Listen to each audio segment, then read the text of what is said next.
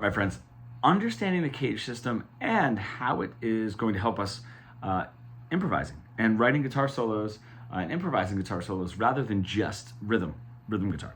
Okay, so let's go through the cage system. I'm going to go pretty quickly.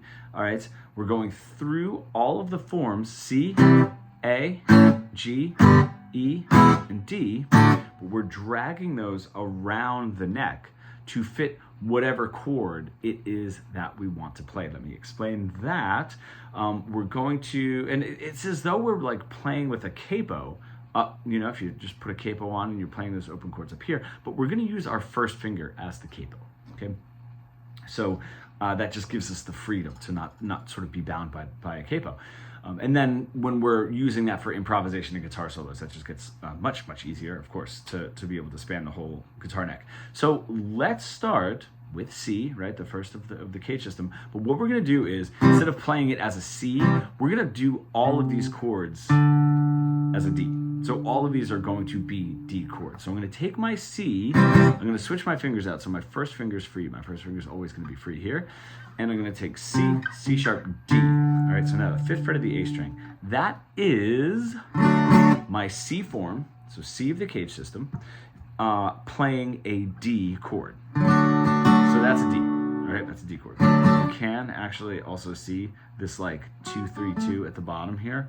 That just gives us that D chord. So that's like a link to sort of remember when we get to the D, how to get from a D shape back to the C shape. So we have our C shape. All right, cool. Playing a D chord in my C shape. Now I want to go to my A shape. I'm going to take that root note. All right, that is the root of the chord. And I'm just going to play my A shape, which is just my bar chord that I would normally play for a D major. What it is my A major here, A major chord, and I'm taking that 0 and I'm dragging that 0 up with me until I get to my root note. And that is my D chord in an A shape. All right, so that's the A shape. Now, this is a little bit tricky because the root note is going to change from my A string to my E string. All right, so I have this. How I'm going to bridge the A shape to the G shape is using the D, G, and B string, right, and they're on the 7th fret. That's going to be the backbone of my G chord, and then we can see 10th fret of my E string, there's my D, and there's my root note of the chord, just like on my G chord, there's my G, my root note of the chord. Switch these around, and I have to take these zeros up with me. So just take them up. All right, and here we are. All right, so I sort of have a G shape. You can see if I take that off, it looks just like a G. All right, up on the 10th fret, that's my root note. And then I'm using that as my backbone, my zeros, right? I can't, not always easy to play on this guitar, right, to get that full shape. So you can always break it up, you know, however you'd like. But how I get from the A shape to the G shape is using those 3 strings, D, G, and B string, and use those as the backbone or the open for my G up here. All right, so now getting from the G shape to the E shape is pretty easy because I'm taking my root note, my 10th fret, and I'm just building my quote-unquote regular bar chord off of that, which is just an E, and then my low E string is my root note, and I'm just taking that up until I get up to my root, 10th fret, D. Now this is the trickiest one, I think, is going from the E shape to the D shape. All right, the way that I like to do it is the root note now becomes my D string, all right? So if I play my D chord, my root note is on my E string, my D string, where my pinky is, right, my 12th fret, my pinky string, or my pinky, my D string, and then 10th fret of my high E string. So I'm going to take the root note here, all right, where my pinky is. That's my root note. It's going to be my first finger. And then I'm going to build my D chord around it. All right, as though this was the open D, and I am on a D anyway. This is my open D, and I'm just moving this D chord up, and then taking where my first finger is right now, the open D string, and I'm just moving this up until I get here, and I have my D. And then I'll usually bar these two, right? So it's sort of like with the fifth on top, right? It's second inversion, right? I'll usually do that, and what helps there is the 12th fret where my first finger is on the A and the D string are right where my ring finger, my pinky are, right there. So that does kind of help me a little bit. Now, if I were to say, try to find a G sharp, all right, in a D form, I can do two things. I can start on my D, switch my fingers out, say, all right, that fourth string, the D string, is my root note, open, and I just need to find my G sharp, cool, and then build my D around it. It's a little hard, a little confusing, right?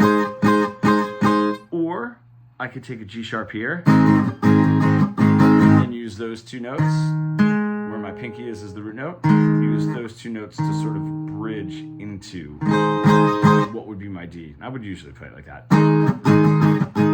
Right, kind of takes the third out as the highest note, or I can put my third right there, make it a first inversion chord. So that is how to get through all of those chords, right? Basically playing a D as a C shape, D as an A shape, D as a G shape, however it is that we want to do it, if we want to sort of break it up like that, right? D as an E shape, and then D as now a D shape up here, all right? So why does that help us in lead guitar? Right? It's knowing where those notes are in the key that you're playing. So if I'm playing an A, and I'm sort of bound to this A major scale, especially just in this first position, sort of how we all learn it, it starts to sound a little scalular. But if I know that chord in there, I can start creating some melody based off of those chords and those visuals. Then that's where I can start bringing it up to other parts of the neck.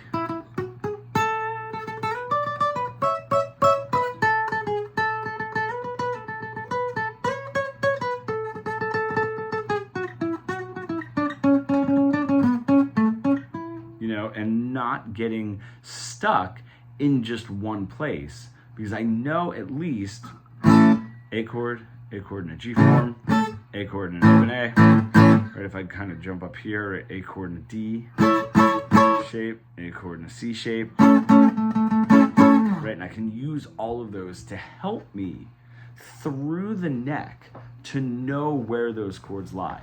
And it's also great too when you start getting into extensions, right? Like the major sevens, dominant sevens, minor sevens, anything like that, that you know where those chords are and you know where the chord tones are, is when it really starts opening up improvisation. After you understand the caged shapes and, noticing them, or pick whatever it is, C sharp, right? Okay, C sharp, and C, and an A, and a G, and an E, and then in a D, right? Just like know those in and out, right? How to move and how to visualize where they are up the neck. Then knowing the root notes, the thirds, and the fifths of each one of those chord shapes is what really opens it up as far as melody and improvisation, for sure. So if I go back to D, right? If I have my D, right, I have my root note, third, fifth, root, third. Right, that's that shape. Okay, if I move it up here to my A, I have root note, fifth, root note, third, and then if I am playing that bottom string, this can be a little difficult, it's my fifth. All right, if I'm here on my G shape, I have root, third, fifth, root, third, root note. Then root, fifth, root in my E shape, third, fifth, root. Okay, and then the final one here, fifth if I decide to start on my A. Okay, so fifth, root note, fifth, root note, third. All right, and knowing that is going to really help you open up the guitar neck, and improvise like a maniac. Try it. If you have any questions, comment.